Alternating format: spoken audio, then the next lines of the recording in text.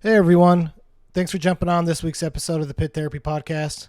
We have such a cool episode where we were fortunate enough to sit down with Jay Aust, guitar player for With Honor and lead vocalist for Ambitions. We learned a lot about his background musically and background in the scene in Connecticut. We were able to listen to some really cool, funny stories about his time touring with his bands, and we get to talk about what it's like being a dad, teaching your kid music. So I hope you guys like the episode. We're very lucky and grateful to have him on.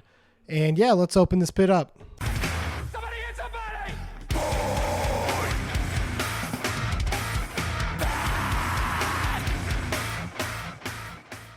Welcome to this week's episode of the Pit Therapy Podcast with me, Trevor, and Kyle. And we've got a very special guest with us today. We've got Jay Aust, vocalist for Ambitions, guitarist from With Honor, probably 100 other projects and stuff too. But dude, thanks so much for jumping on. You got it. Thanks so much for having me, guys. Yeah, really excited to be here. Really, really appreciate it. When the new With Honor album came out, last year, 2023, it's been something that Kyle and I have just been listening to nonstop. And then he threw out there one day, he's like, dude, have you ever checked out their side project Ambitions? And I was like, no, but again, been hooked since that all came down. Really cool. Thanks so much, for checking it out. Yeah, it's been fun to do a new record after a number of years, so it's been cool jumping back in. Yeah, so you guys spent some time away. What brought number one With Honor back together, or just kind of the creative juices flowing again? Yeah, so that was kind of a little bit of a story, right? So I guess one of the things was that, when we were heavy touring and all that stuff in the mid-2000s, it was pre-Spotify. So a lot of our old material was never on Spotify. So the only thing that was on there was our Victory Records album, This Is Our Revenge, from 2005. So our drummer actually, we've all been involved in music in the interim in different projects and whatever, but, it had obviously stepped back from With Honor. And our drummer kind of got on the case, I guess, of, hey, let's get our old stuff up there because it's not even up there for anyone to listen to if they want to check it out. So he kind of started down that road. And he was talking to our buddy Tom from the band Hostage Com. He works for Run for Cover Records, but he kind of helped him out because some of our older albums were on Stillborn Records, Jamie Hatebreed's label. So we wanted to try to get those back up there. So he kind of helped us. I think we talked to Jay Aust as well, and kind of helped us get those back on, for people to hear.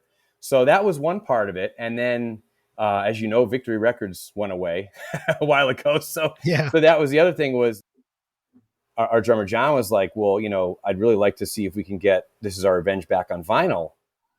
So he tried to kind of get the rights back because Victory was sold to, I think it's Concord Music or something, which is like a kind of a semi-major label type of thing.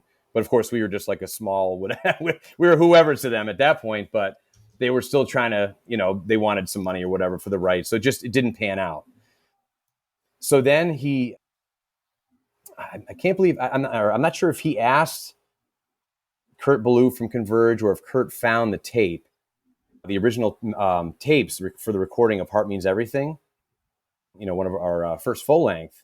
Yeah. So he either came across that or John asked him or somehow, that came up and he says, hey, I still have these. And when we recorded that record at God City Studios in Salem, that was one of the first projects in Kurt's new studio at the time. So he said, I'd love to take a crack at remixing this and having it remastered. So that kind of started us down the road of, oh, cool, let's get this thing remixed and remastered.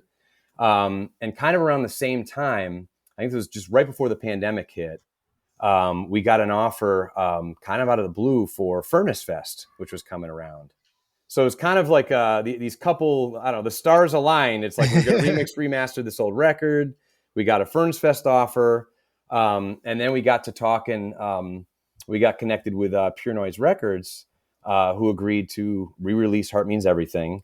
And then, we kind of kicked the tires a little, said, hey, maybe what about doing a new record? And they're like, yeah, let's do a new record. So before we knew it, we're doing Boundless. Yeah, that's kind of how it came to be. It was, again, a little bit of a crazy road, but it kind of worked out. So is that hard coming back from that? Or is it something, because, I'm not necessarily a musician myself, and I assume you're probably always thinking of stuff, right? You've probably always got, riffs or something spinning I in your got a head? Was it perpetual soundtrack in my right? head. Yeah. I can't Right? even go Yeah. to You sleep hear at night. I got songs going through my head. yeah, you hear like something hit a wall and you're like, oh, I like that sound. Let's play Yeah, off it, that sounds like a drum. Yeah. right? Is it easy though to kind of dust the cobwebs off and come back? Or I mean, I know you did side projects and stuff too, but Yeah, no, it actually it flowed really well. I mean, it felt great writing again. It felt like we had never left, to be honest. Because my brother's in the band as well. He's the other guitarist for With right. Honor, and then obviously we'd done Ambitions and we'd done other projects in the interim. Some with each other, some not.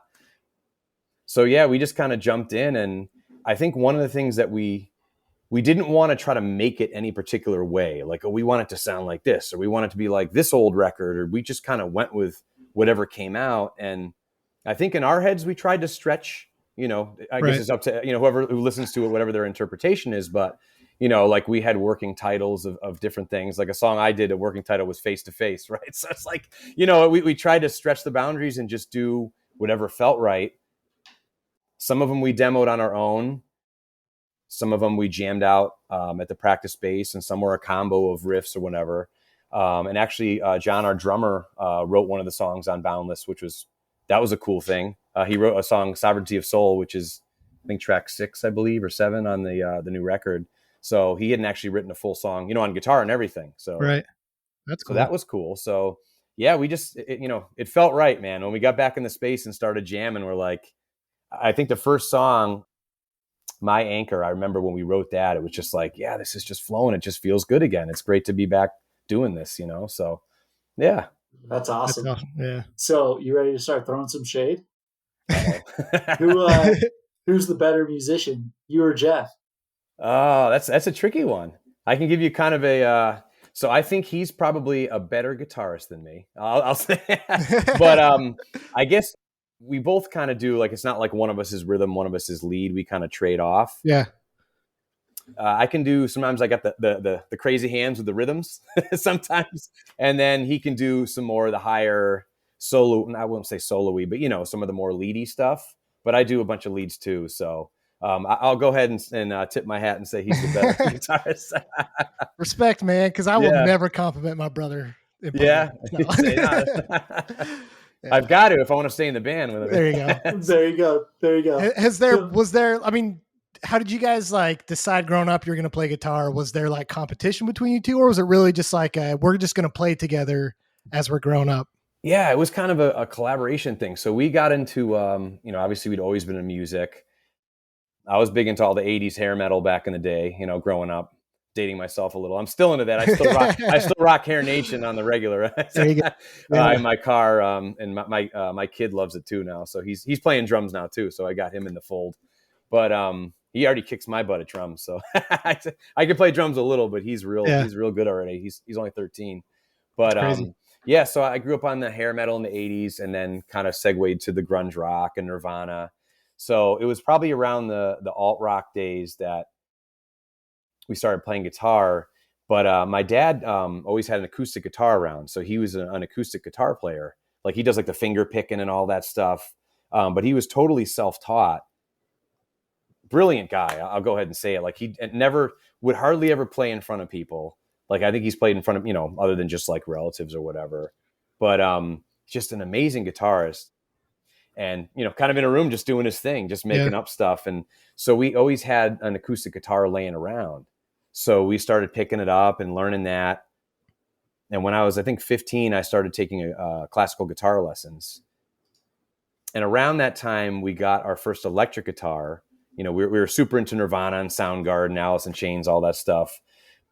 And we didn't have either money or the means to get an amp, I remember, at first. So we had this really old shitty guitar from this place called Daddy's Junkie Music, which I think was a regional thing out on the East Coast here, or maybe even just in, I don't know, Connecticut, tri-state area where I'm from. But we got this real piece of crap guitar, and I had an 80s stereo with 2 cassette decks. So it had the same input plug as a guitar. So you'd have to put a cassette tape on pause and record, and then you could play and just crank the volume, and it would sound like distortion. So that's how we were playing really Nirvana songs. So we were doing bar chords, Nirvana songs, and learning that on electric. And we both just started playing probably, early to mid-teens, and kind of from there got into punk rock and eventually hardcore. So yeah. that's kind of the progression, I guess. But yeah, it was cool. Actually, my brother got into it probably a little before I did because the high school we went to, not a huge town, but there was one straight edge kid there. So, and I think he was the only hardcore kid in my class. And I had some buddies, we were into like the pop punk, like Face to Face, Bad Religion, all that kind of stuff. So I kind of got in through Pennywise, punk rock, a lot of that stuff, and a little bit of new metal at the time, like Sure. like Korn and whatever else. And my brother, in his grade, he had a girl who, I think she's in the video for Sick of It All, Scratch the Surface. I think she's right in the beginning of the video, and she's just from our small town, whatever. But she was friends with him. So she started telling him about Snapcase and Sick of It All and Earth Crisis and Strife and all this stuff. If you can't tell, this is obviously in the 90s, like Right. mid 90s or whatever, late 90s. So I think she made a mixtape for my brother and his friends. And that kind of got passed around to me. And then I would tape stuff off my brother. So one time I had a mixtape, it was kind of like the crossover period. So I'd have a Korn song, a Rage Against the Machine song, and then Inside Out or something, or Shelter or something, So it was like, we were getting into it. And from there, I think my brother started going to shows a little before I did. So maybe like 95-ish. And then my particular first show was Hatebreed and Warzone at the Bristol, Connecticut skate park in 96. Yeah. That was like your legitimate first. That's my legit first hardcore show. Yeah, it was. And I mean, I remember singing along to Warzone and Rabies, like, coming out in the crowd with the, they were playing on skateboard ramps anyways, but he would come off the ramp and he came in the crowd and the crowd just surrounded him. And I was running up, we're singing, as one or whatever, Right. And I was just like, this is fucking awesome. And like, I was just hooked. And then Hatebreed obviously blew everyone away. And yeah, it was just an amazing first show. And that, I don't know, here That's I incredible. am still, right? So yeah, that's incredible. Yeah. That's incredible. How about you guys? What was your first show? So my first, my dad was a musician as well. Never taught me though. Shame on him. But I grew up like going to some of the old school shows. Like I've seen Jethro Tull. Oh, nice. My dad loves Jethro Tull. Yeah. I mean, to watch a guy play a flute like that is, it's like awesome. But something else. My first like into this kind of music was actually Tiger Army and the Damned. Oh, cool. Okay. Like way back, my brother took me to it. And so I came in kind of through the punk route as well. But yeah. So. Awesome. Yeah. Good deal. How about you? I'm actually the same way. I actually got introduced to this music from Kyle for the most part. Oh, so awesome. My first show was actually Tiger Army also, but it was a different Tiger Army show. They did a free show up at the University of Utah here. Awesome. And so we all traveled up there. We were like 14 at the time or something like that. And I just remember seeing like all these guys, psychobilly punk, they got the battle jackets, they're doing the circle pits. Yeah. And then we got pushed in. And the first thing that happened to me is I just got ran over. Oh, man. 6'6" punk dude just picked me up by the back of my shirt and just kind of ushered me along the circle pit. That was our first just pick you up and keep going, right? I mean, Utah was kind of a weird bubble, and it's been cool getting older. And like you brought up Spotify and getting your music on Spotify and stuff like that. I mean, like we talk a lot about this on our podcast because we grew up in an interesting time with like MySpace. Because I mean that dates us, right? We're a little younger, but just like it was so much more accessible to us. But even as kids, like we were very much West Coast influenced with this music. So like Tiger Army, AFI, I think was a huge intro to or gateway band for all of us, right? Yeah, I loved AFI, man. Their early records, like even I love all their stuff because their mainstream stuff was like. It was written. It's fucking awesome. But yeah, the early records too, the real punk ones were great. Yeah. So it took us like a few years to start getting some of these like more East Coast influence bands out to Salt Lake and start learning about them. But yeah, that's awesome. Cool. So I'm glad that you said that you were really influenced by or at least you like the early AFI stuff because listening to Ambitions, especially like Uphill Battle, is that the song? That first after you got through the opening intro and they go to the whoa, I'm like, Oh that's yeah, like AFI. Like that's straight. yeah. I guess I never even put that together, but that's probably true. So, No, yeah. Like it was yeah, obviously I try to relate everything back to what I know kind of thing. yeah, So that really stood out to me. But one thing that you guys wrote about ambitions, and I want to start getting into your music now a little bit, yeah, as long as that's okay. yeah. But Go for it. Yeah, you just said you were really influenced by like skate punk, early pop punk, things along those lines. You had written, or someone wrote, that ambitions was like bridging the gap between punk and hardcore, yeah, right? yeah. So I'm not yeah, going to take credit for, hey, yeah, but I guess that was probably, yeah, I mean, with Honor, sort of, we were kind of, me and my brother were in, prior to With Honor, we're in, well, a couple bands, but one of them was kind of a more Swedish influenced metal band randomly, because we got into a big metal kick at one point, where we got a lot of different influences, right? So Was it Hamartia? yeah, Hamartia. Yeah, Yeah. we were on Hamartia. Okay. Yeah, I said it yeah. wrong. I think we you're looked them supposed up. to say Hamartia, but we called Okay. it Hamartia. So All right, yeah, well, well, hey, we'll take it from you, man. I don't know. yeah. Well, we went with Hamartia, but Okay. yeah. So I grew up on, like I said, all the stuff I said, skate punk to whatever, new metal, hardcore, and old school hardcore was kind of the first thing that we loved.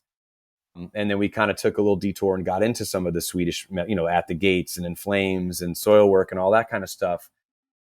So we were in Hamartia with a couple guys. So we did that. I guess that was the first probably real band we were in that actually did a record and got on Good Life and whatever. And, we did one short tour and a lot of, playing around the Northeast. And the other two guys that were in that, actually, Mark and Slim B, ended up, when we kind of broke up, they went on to form Bury Your Dead, and we went on to form With Honor.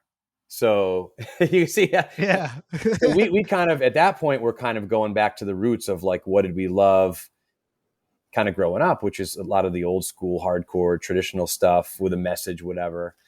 So we went back that way, but I think we sort of still had that kind of metallic edge a little bit too. Like we threw in, maybe a little more, we tried to like a little more riffing, into it, like versus the bar chords, like we coordinate some single note stuff or whatever. So Ambitions, I think, probably took that even further, where we went back, to your point, try to do like a punk / hardcore, real old school. Like our first song was In Between. That was the first song that we wrote. And the working title of that was Bold Song, the band Bold on Revelation. So yeah, we were going back to the old school hardcore, and punk, like you said, like Dag Nasty, probably AFI, Quicksand, just a lot of stuff like that. So yeah.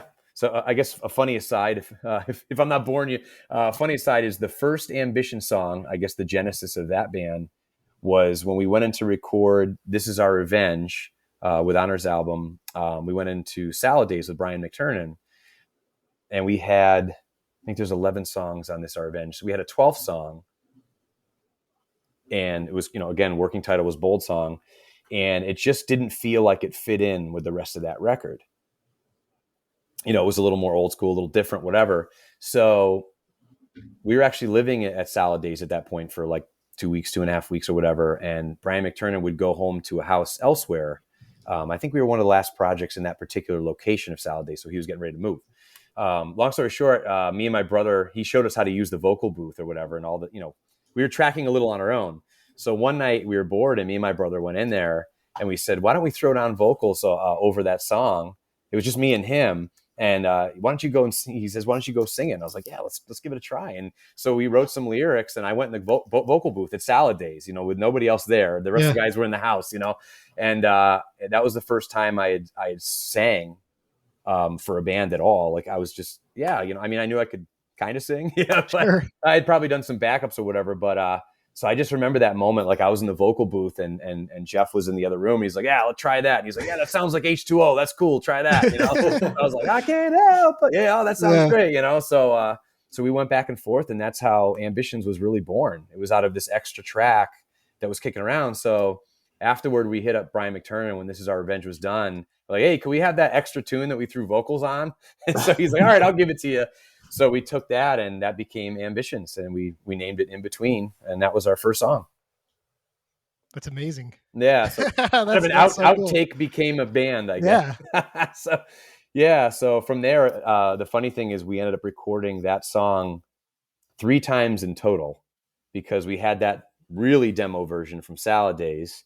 And then we had, we recorded it for an actual legit demo called No Limits, which was the first Ambitions demo. And then we re-recorded the actual EP for Think Fast, and we recorded on there. So that was 3 versions of the same tune. So Cool. anyway, useless trivia, but No, that's awesome. We love that stuff. That's incredible. And it's just, I don't know, because again, like I'm not a musician, so it's interesting to see that perspective of like, I don't know, like the difference between, Ambitions with Honor and how you could recognize that, hey, this is good, and then get up there and sing. Like that's just, that's something as an outsider I can really appreciate. yeah, it's just kind of going for it. I mean, that's kind of, Yeah. so when With Honor kind of wound down, I think it was an overlap there where we were kind of recording the Ambitions demo. We just kind of, again, it was just kind of going for it. So originally that was, it was a 3-man studio project. It was me, John, and Jeff. So I wrote the guitars and recorded guitars, and I think bass for one tune, and then Jeff did guitars and bass for a tune, and then John did bass and drums on the whole thing. So it was a real collaborative 3-man effort. So it was kind of like a studio project at first, and then we found members from there. And it took us a little while to, solidify a lineup, but Sure. But yeah, so that's kind of how that was born. Do you feel like is it harder? What's harder, writing lyrics, doing the vocals, or writing guitar parts? Is there a difference? Yeah, there is a difference. Yeah, it's weird. They kind of go, since I kind of wrote like, the EP songs and the Ambitions, and then, I've written some other stuff, along the way for Ambitions on guitar. I'll kind of have the melodies in my head to go along with the guitar lines. And then I'll kind of like form an idea lyrically that I want to do. And then I'll kind of put it to the notes that I hear, if that makes sense. So there'll be like a certain rhythm to it. Yeah, it's a different animal. It's fun. Yeah, it's a lot of fun. But I do remember just sitting there and like with a guitar, and I'm like, this is how this should go. And then writing the lyrics and trying it out. It's very different. But might actually be a little easier though if you already understand, I guess, the musicalness of it by writing the guitar part, and then like you're already thinking about how you can sing over it, right? Yeah, trying to have a little bit of structure, trying to have something people can hold on to, but then getting your message in there too. Because I was a nerdy English major, anyway, so I like writing. Yeah. so that part was kind of easy-ish. I was like, all right, well, this will be fun. Throw some lyrics over it and take a stab at it. That was, sorry, Trevor, I'm hogging a bunch, but that was one thing that I wanted to ask as well. Cause we try to be good journalists and, did some research. And one thing that, would pop up is, especially like with all the stuff you guys have been involved in about like your lyrics and pushing like a positive message and things like that. I mean, I understand that that's a very conscious effort because hardcore doesn't always feel that way, but you do go back to some of these like early 90s. I mean, that's where like the straight edge movement was built from, right? Was this idea of like, I don't have to kill myself to try and make the world a better place. I don't have to fix things. I don't have to destroy me. Yeah. So like how did you guys like consciously make that decision? Is that kind of how you've always been, or is it like, no, this is like, we need this right now in the movement? Yeah. I mean, like I think I sort of touched on a little, but yeah, With Honor, when we came out of Hamartia, that was definitely a conscious decision of, we want to go back to the roots of what got us into hardcore, right? It was like, what did we like about it? And it's like, we like the singing along and the positive aspect and kind of the change the world kind of movement feel of it that we felt like had gotten a little bit lost at that time.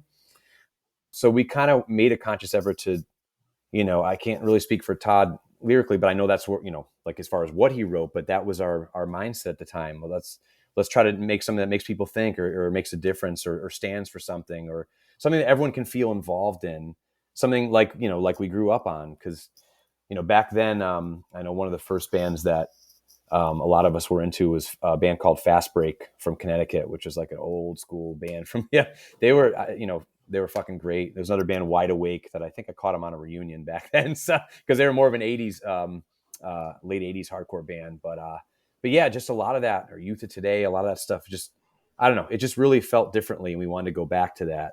So I think that kind of carried over from With Honor to Ambitions a little bit too. Yeah. So it was definitely a choice. So, yeah. So what was the music coming out at the time that With Honor started, Ambition started, that was maybe going away from that, where you're like, I mean, I don't want you to throw anyone under the bus, right? But specifically, like, was there certain bands where it was just like, man, this message is just like, I love the music, but it's just hard to get behind kind of what they're saying? Like, did you go see Guar and get animal blood thrown No, on you or I feel like something? I'm You're missing like, out this on is life. not for me, you know? Say, I want to go back to sing-alongs, man. I got blood all over me. Yeah. No, I mean, there was definitely a lot of, that was like a heavy metalcore era. And like, I love all types, all genres or whatever, but we were seeing, I think at the time, a lot of kind of violence and stuff. And, and I love a hard freaking mosh as much as everybody else, but we were just seeing a lot of, people getting hurt needlessly and just a lot of stuff like that. And we're like, it felt like you can get that in any type of concert environment, that type of thing, like a heavy metal or whatever. And I love all that too. So, but you know what I mean? Like, you can go in the mosh pit for Slayer or wherever else, and you can get that vibe. What can you get from hardcore that you can't get, elsewhere? And to us, that was the message in the community and kind of the underground vibe. And, again, singing along and people's ideas and beliefs, and people setting up tables and having brochures, whether it was animal rights or straight edge or whatever it was. Just people standing. That, to me, that's what set it apart from mainstream music. And you know what I mean? So that's kind of where we wanted to head back to. Just a lot of people and just, having fun, right? Like having fun again and not always having to take it so seriously. And I'm out to hurt as many people as I can tonight, right? It's like, I want to go and have fun and stage dive and just really have a great experience, So that's my take. So it's a good take. That's I mean, awesome. that's how we feel too. I mean, we talk about that all the time, and I think that that message is, I think we lost it again there for a little bit, because I do think we're seeing that a lot in the scene, but I do think that there are these new bands coming up. They're like, no guys, like the battle is not in here, right? Like we're all in here together. The battle's out there. It's not in here. Yeah. Exactly. And so, I mean, I don't need to say any more about it, but Salt Lake's had its issues. Like, if you know much about the Salt Lake scene, like it's been drama for 20 years. So, but it's good now, Yeah, that's awesome. Yeah. So the scene's going really well there nowadays. Yeah. Oh, it's popping off. It's that's really awesome. good. It's really strong right now. We've had a lot of Salt Lake bands on who basically said, coming out of COVID, everyone's just like ripping right now. So yeah, I think that was a big kick in the ass for hardcore in general. It feels like everything just has been great since then, which a positive, right? I mean, I had to look up. I was trying to see, because I won't pretend that my memory's that great. But I was like, when did we play? Because I remember going to Salt Lake and whatever. So our first tour was in fall of 2003 with Embrace Today. And we hit a place called Albee Square, I think it was, which probably isn't around anymore. But so we hit that then. And then Club Sound, I think we hit in 2005 with Bane, Comeback Kid, With Honor, and Silent Drive.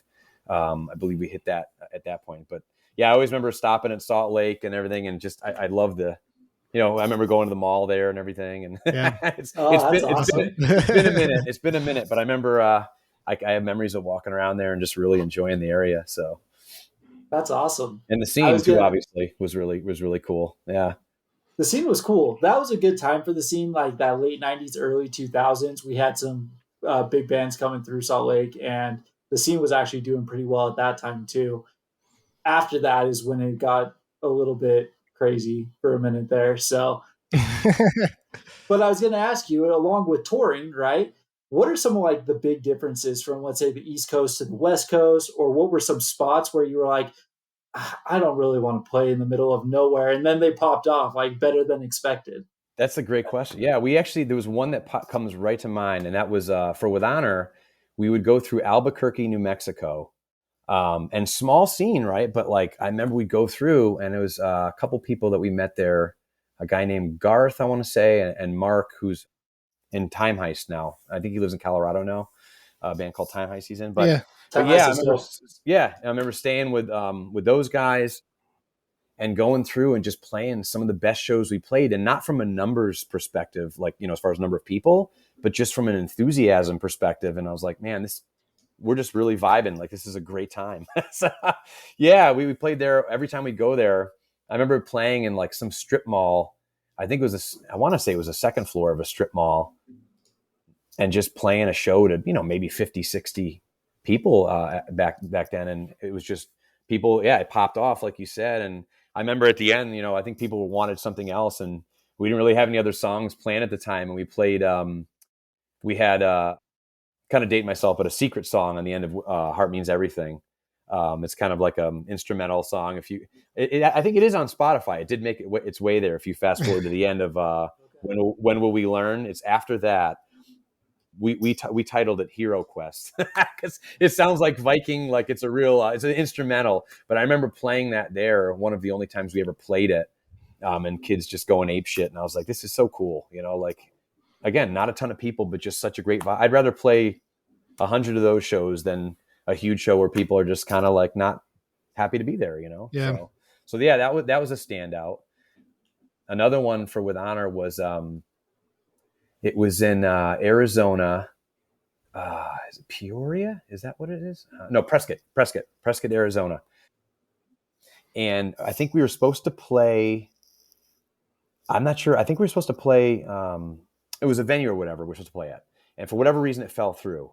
So last minute, like literally the night of, it ended up getting moved to somebody's house. So like they literally, like, they're carrying the couches outside and whatever. And we play in the middle of a living room, and kids are just singing along and going crazy, like where the couches just were and stuff. Like my pedals are like, they're getting whacked off, and that's more bad way to phrase that. But yeah, they're getting stepped on. They're getting stepped on and unplugged and whatever else. And I just remember, I think we did like a limited DVD years ago, it was like when we played CBGB's on that Bane Comeback Kid tour. I think we had that set, and I want to say we had one or two songs from that Prescott, Arizona house show on there. I don't even know where the hell it is now. I think we made 50 or 100 of them, but yeah, so that was another one where just random, and then along those lines, it might have also been in Arizona. But anyways, it was another one where the venue kind of sucked, to be honest, wherever it was. I remember they shut the show down because some kids started moshing and they didn't understand what it was. So they shut the show down before we played. It might have been that tour. I don't know if it was the same tour, the Bane Comeback Kid one. But anyway, long story short, it got moved to a practice space. So we played a practice space with like a small stage, and like literally like a line of cars, followed everyone to this practice space from the venue. And we just made the show somewhere else. Like, all right, we're going to this practice space, and that's where the show is going to be. And it was because of that, the vibe was even better, and it was just awesome. Yeah. So anyways, yeah. I mean, that's so interesting. I don't know if there's other scenes outside of hardcore that you could get something like that, where it's just like, hey, show got shut down. We're just going somewhere else. We'll just keep playing. You know what I mean? Yeah, like, fuck it. Where are we going? Yeah, exactly. Yeah, whose backyard are we playing in? Yeah, that's so sick. Another quick standout. I remember the first With Honor tour that we ever played. We did a run down to Florida, and we only had a demo out at this point. I don't even think it was on Stillborn Records yet. And we did our first tour, and we just kind of cobbled it together as you do back then. Like it was early days, like no GPS, print out the directions in like a fucking binder. Hope to God we didn't forget some of them, otherwise you're using the Atlas, And we drove down, and the shows were all, decent on the way. And then we got to Daytona Beach, Florida, and we played this place, a club, pretty near the water. Again, first tour, never been there before. Only had a demo. Like we were pretty much nobody, whatever. Not that we're still anybody now, but walked in and played, and the room just went off. Like they knew every word. This is the first tour, and they're just piling on. We're like, this is so awesome. Like people know us. That's real. I mean, all the way down there, because we're from Connecticut. So to drive whatever 1,000 miles plus whatever, and just have people know your stuff off a demo was just awesome to us. And that hooks you on it too. So that's crazy. Cause I mean, there were no streaming services and stuff. Yeah. It was just like word of mouth and, people passing things along. But yeah, it was, the promoter's name was Billy Daytona Beach. I remember. I don't know if he's still around down there booking, but, yeah. And then, I got stories for days, so shut me up if you want. But, on that same tour, the other cool thing that happened, I probably maybe told it somewhere before, or a million places, but again, first tour for us, had never been out, no label. We played randomly in North Carolina with Roger Murray and the Disasters, Roger Murray from Agnostic Front. And, we just got on the bill. Like, it was our first tour. We emailed somebody in North Carolina and we played, I think it was Tremont Music Hall. I want to say it was like a side room in North Carolina, like not the bigger stage room, whatever, played with them. At the end of the set, we went up to Roger and we're like, "Yeah, you guys were great, whatever, it was awesome seeing you guys." And he says, you guys were great too. You reminded me of youth of today. You got the same energy as them. He's like, "When's your last day of tour?"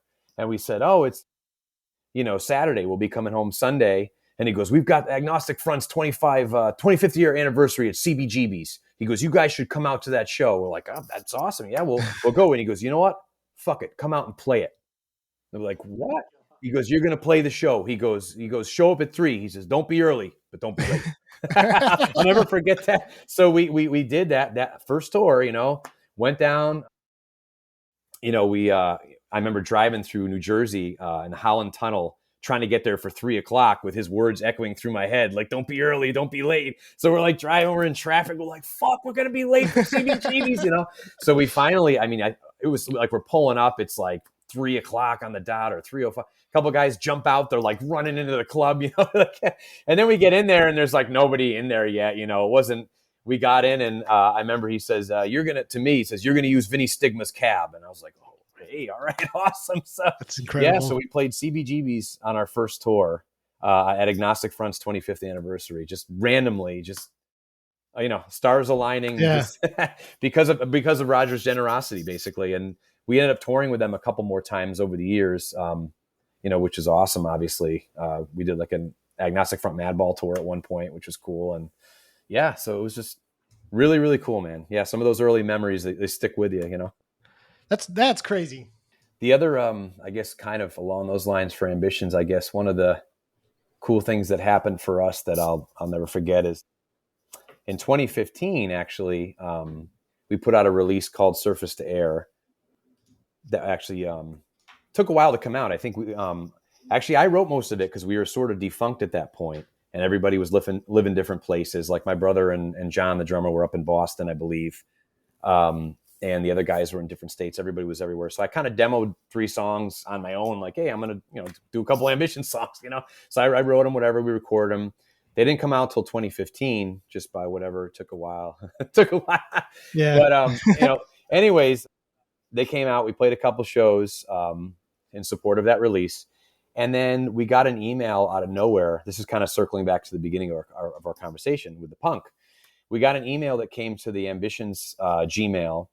And it was from Trevor Keith from Face to Face, and we saw his picture, his little head in the icon. Yeah. I was like, this has got to be a joke or something. It's his Face to Face show.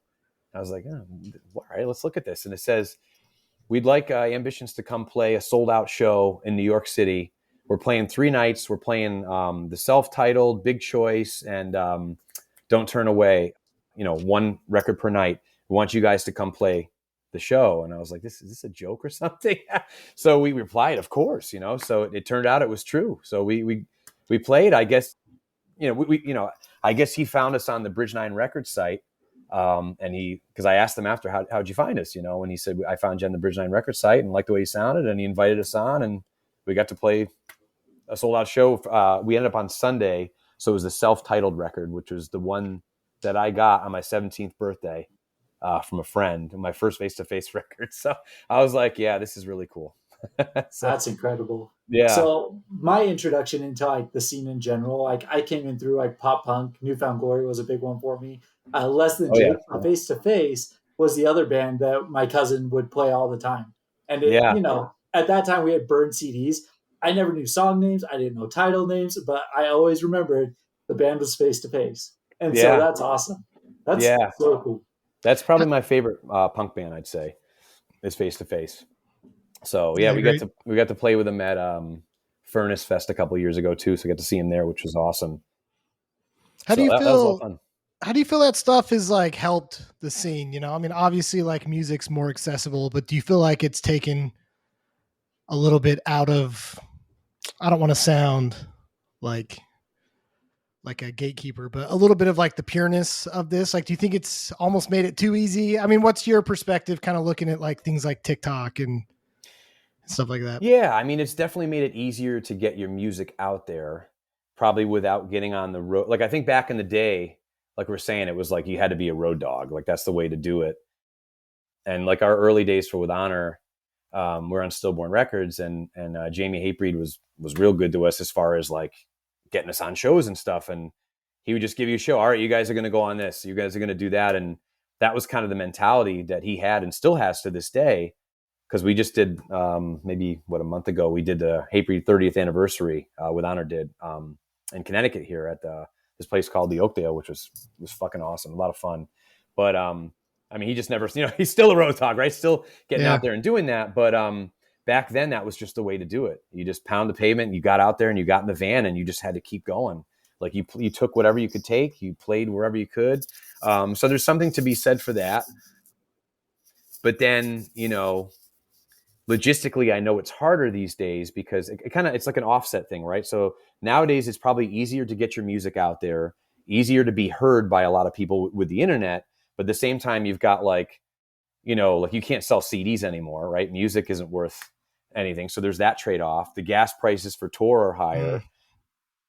Merch prices, I guess, have kind of gone up proportionately, but that's not cheap to print merch. So I think maybe there's a trade-off there, I guess is what I'm saying, right? It's like it's easier to get your stuff out there because it's probably a little harder on the road, just expenses wise, because again, we could sell CDs back then, we'd have boxes and boxes of CDs. And I mean, there's vinyl now, of course, like there was always vinyl, but anyways, music was something that you could sell to support yourself back then. Right. And now you get like a penny from 1,000 streams on Spotify or something. Exactly. Yeah. So growing up in Connecticut, what was the scene like there? Because you're kind of in between Boston and New York, right? Like, did it have its own thing? Does it still have its own thing, or does it kind of just fit in weird between? Because us back west, we always hear about like the Boston hardcore scene and New York hardcore scene and stuff. But how was the Connecticut scene growing up? Connecticut was pretty awesome. Yeah, because like you said, you had New York City and Boston were both about 2 hours. Well, are still. They haven't moved, so they're both 2 hours away, right? So it's an easy trip to either. But then Connecticut, we just had a lot of, because of that, we had a lot of bills coming through. Jamie used to book a lot of shows too, like just some amazing. If you look back at the flyers, like he used to print these flyers that had a certain look to them. He'd book this place called the Hanover House, is where I went to a lot of early shows. But some of the bills coming through there were just incredible. So we got all the tours. I saw Earth Crisis and Strife and Shelter and H2O and a lot of these, crazy bands would all come through Connecticut. Yeah. But at the same time, Connecticut definitely had an identity. So we had like a cool, like kind of, I guess, traditional old school sound. And then there was more of like, I guess you call it like the tough guy. We had Death Threat, obviously still around, Hatebreed. But then we had like the Fast Breaks, and Cornerstone was an earlier one that I didn't actually catch. They're a little before me, but a lot of bands like that. So you kind of had, I don't know, there was definitely a Connecticut vibe. So, yeah. And I think it probably skewed heavier more so than, I don't know if I can say that. Like, I think it was a lot of traditional old school sound, and then there was the heavier stuff too. But yeah, so there was definitely there was always a really good scene here. Cool. There was always a show to go to. Yeah, but you did have to, you had to watch it back then too. It's, I mean, I remember there was one show, we saw Shia Lude at the Tune-In, I think, back in the day. I think we saw him like twice, like I think it was 96 and then 97 or 97, 98. I remember there was one show when we were young, we're up there singing along in the front, we love Shia Lude. And we left the show and we were all happy as shit, but like all of us was hurt in some way. It's like one guy had a bloody lip. One guy had the beginnings of a black guy. One guy had a bruised rib, and then one guy got hurt climbing over a fence on the way into the venue.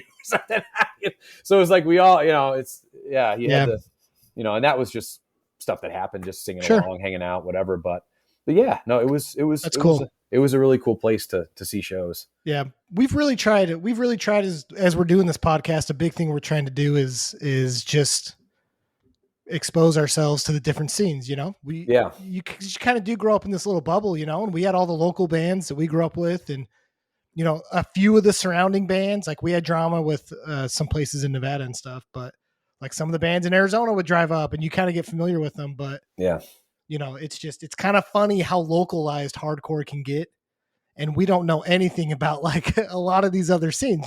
So it's cool to hear that like Connecticut would have its own identity, even though you're smashed in between two of arguably the bigger scenes out there. Yeah, for sure. Yeah. So it was, I don't know, it was and still is a great place. And like I said, that show we just played a couple of months ago, whatever, it was actually on St. Patty's Day is when it was. It was a St. Patty's Day matinee. It was, I got the tour. I came prepared, man. I got the tour land. Hatebreed's 30th. There you go. And you probably can't read it, but it was with Shadows Fall, Shadow of Intent, 100 Demons, With Honor, Sworn Enemy, Dead by Wednesday, Eyes of the Living, Demon Scar. So, a lot of local-ish bands. Yeah. But yeah, it was pretty much a full house, so it was cool, man. Yeah. Yeah, I think Hatebreed's probably still the torchbearers of Connecticut, right? When you think of Connecticut. Yeah, and Death Threat probably, and Yeah, there's tons of great bands. There's a couple cool ones that we've kind of followed lately, like Anxious. Oh yeah, Anxious.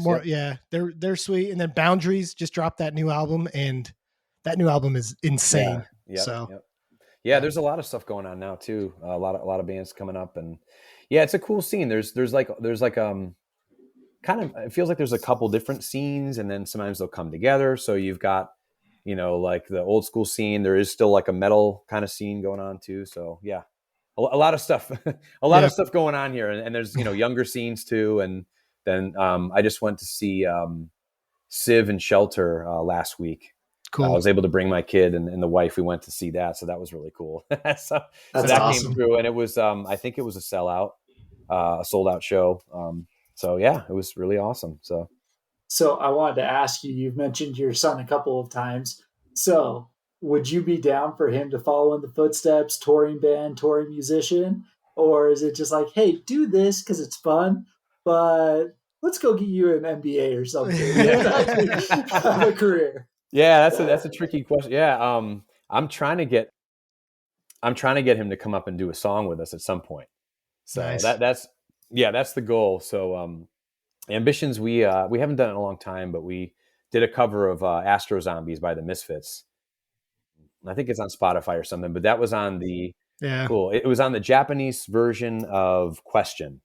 We're on a label called Alliance Tracks that put it out. So we had like a bonus tune. So we did an Astro Zombies cover.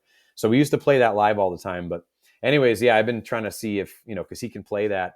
He's getting pretty damn good, man. Cool. Like I said, so I'm trying to get him to. I'd love for him to come up, and we actually did do a song in the studio together a couple months ago. It was the studio. My good friend Greg, that he runs Silver Bullet Studios, and right here in my hometown, actually. But he did the new With Honor record. So me and my kid went in there and did like a cool, like kind of 80s-ish song, not really hardcore, but so I did guitar and bass and vocals, and he did drums on it. So we were in the studio together. That's awesome. Yeah. It was kind of a little, fun thing. Does he appreciate what you've done? Or is it like a, come on, Dad, that could go either way usually, right? It's either like, what the hell is this crap? And my dad's a dork, or it's like, this is kind of cool. And luckily he's loved it, man. He's come to almost all the shows we've done locally in the last, probably since 2021. So he's been all the With Honor and Ambition shows that I can get him to. He'll try to put us on in the car. I'm like, all right, I've heard enough of my, so he knows words, and so he'll be on the sidelines watching, and he tries to learn the drum parts and stuff. Cool. Well, not tries, he does them. He does the drum parts. So he's working on his fast beat. That's where he's at. He's trying to get that. I said, once you get that, you're in. It's like our drummer John says. He's like, yeah, then I can retire. We'll just have to. He'll come up and he'll do his thing. So for like us, it's like when you get to the point where you could beat your dad in a wrestling match. For your son, it's gonna be when he can crowd kill you, right? Yeah, like that's gonna be when you pass the torch. Yeah, then it's over for me. Yeah, then you're done. So I'm done. I guess the second answer to that is like, I guess I'd probably be a neurotic mess if he started to go on tour, like, because I know all the stuff that we've had our near death experiences and everything on the road. So yeah, that was another story that I've told maybe before, but yeah, I mean, like every band I'm sure has, there's been a lot of shit that's happened when people are on the road, but probably our biggest brush with death was in Arizona, going from Albuquerque to Tucson, Arizona on tour in maybe, I don't know, 2004, I want to say. And somebody kind of gave us, we were literally following the atlas. They're like, oh, why don't you take this road here? There's a shortcut to get to the show. It's Route 191. And it was February in Albuquerque, whatever. And there was nothing on the ground, whatever. It was just normal weather. So we start going. We had a van and trailer. We're like, oh, yeah, we'll take this nice shortcut, So we're going up this road. It's like starts kind of going up in inclines, going to the mountains. Road's getting narrower. We're going up. We're following the atlas. Before we know it, we see campground closed for the season. It was too narrow to turn around, and we start hitting snow and ice. And we're in the middle of the mountains. I think it was the White Mountains. And we're like, okay, shit. Like, we can't turn around. Nobody's here. We passed one RV that like flew down the road by us. We had to like move over, whatever. Before we know it, we're in these mountains like you see in like a fucking movie, like drop offs like hundreds. Sorry, I'm not going to make over. Like hundreds of feet down. You're like looking over, and there's no guardrails. And we're like in the ice with a trailer, and we're skidding and sliding like near the edge. And we're looking over, like our phones had no service. This is like flip phone era anyways, right? And we're just like, dude, if we go off like right the cliff right now, like not only are we fucked, like no one's going to find us. Like we're just, that was one of the closest I've come to death. We're just like, shit. Like our merch guy was asleep at the time. His name was Mikey. And I remember him waking up and he's like, where are we, guys? And someone just pushed his head back down and go, don't look, Mikey. You don't want to see where we are now. But we went like 2 miles an hour. And then we finally, like, we're going around these mountain passes and like it's scenic, but like, I mean, you could see the drop, and we're sliding closer. We killed the brakes on that. Like it took us like hours to make it like a couple miles or whatever. And we finally see a sign for a town. And we're like, oh, finally a town. Like we're like, fucking like going to have heart attacks. And the town's a ghost town. We go through it. It's like everything's abandoned. We're like, man. We're just fucked. So long story short, we made it to Tucson. We missed our set. It was a tour we did with As I Lay Dying, Sworn Enemy, and Himza, which was actually a really awesome tour for us, even though very different sounds. Yeah. That's crazy. Yeah. And and we got there and we missed our set, but I think it was As I Lay Dying let us jump up and do one song on their instruments. We got to play anyways, but anyways, yeah, that was one of many brushes with death people have, and that's crazy. So that's the long-winded answer of I'd be probably a little nervous if my son went on the road. Yeah. But at the same time, you got to do what you got to do and experience life and have fun. So. Oh man. Well, dude, we are extremely dorky music nerds and stuff like that, so we could listen to this stuff all day, but we don't want to keep you forever. So What are you guys doing with Ambitions or with Honor? Any tours coming up, or kind of what's the plan for music going forward? Any other side projects, anything else, So no other side projects. Those are the two, at least for me right now. So Ambitions has a show coming up here in Connecticut with Underdog, the Revelation Band. They're doing a show at the Space Ballroom in Hamden on June 8th. So we're stoked to play that. And as far as we go, like, we're open to playing. I didn't think we'd be playing again, so it kind of just happened about a year ago. We've kind of had a couple different lives, I guess, right? Like we had some active years and then we kind of came back in 2015 a little bit. And so we're open to whatever in the future, but that's what we've got on the books. And then with Honor, we're playing New England Metal and Hardcore Fest up in Worcester, Mass in the fall with a kick-ass lineup. Stacked lineup. Yeah, I think it's like Killswitch Engage's 25th reunion or anniversary, Converge, Bane, all sorts of crazy. Yeah, Throwdown. I mean, just Integrity, I think. Just everybody's on. That should be really awesome. And then we've got a couple other shows that I can't say quite yet, but in July we should be hitting up a couple other shows too. So with Honor, we've got guys in 3 states. Our bass player is in Seattle now. So it's a little tougher for us to coordinate because we want to kind of keep that core unit. So Jack will usually have to fly out. And and then Todd, our singer's in Rhode Island, and the other three of us are in Connecticut. So we're open to doing stuff. Hopefully we'll keep playing as long as people will keep having us. Well, So- I'm trying to figure out if I can make it out to New England because my in-laws just moved about an hour or so away from Worcester. Oh, so wow. Okay. I'm trying to figure out if I can make it out to that one.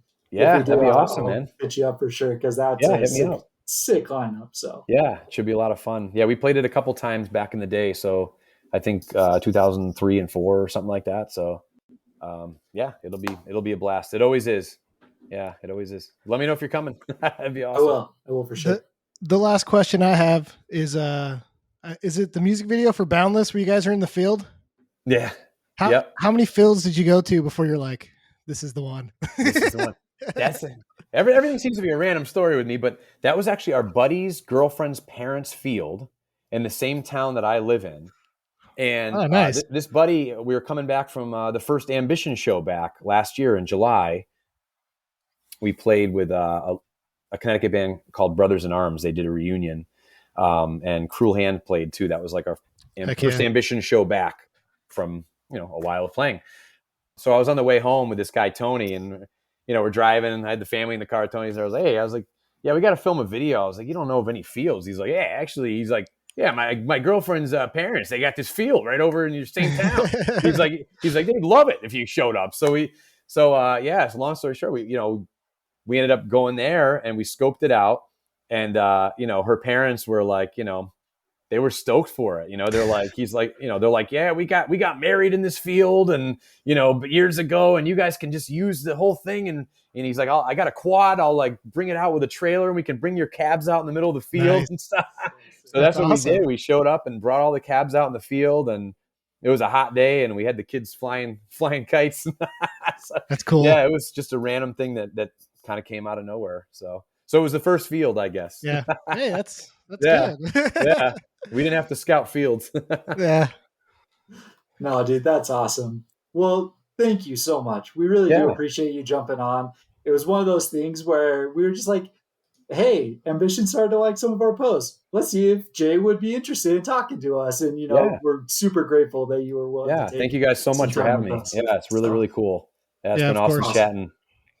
Awesome. Yeah, well, we appreciate it. So, we'll have to catch you again when maybe something new comes out or when some new tours are dated or something, and we'll see what we can make happen. So, yeah, love to do it. Thanks, guys. Cool.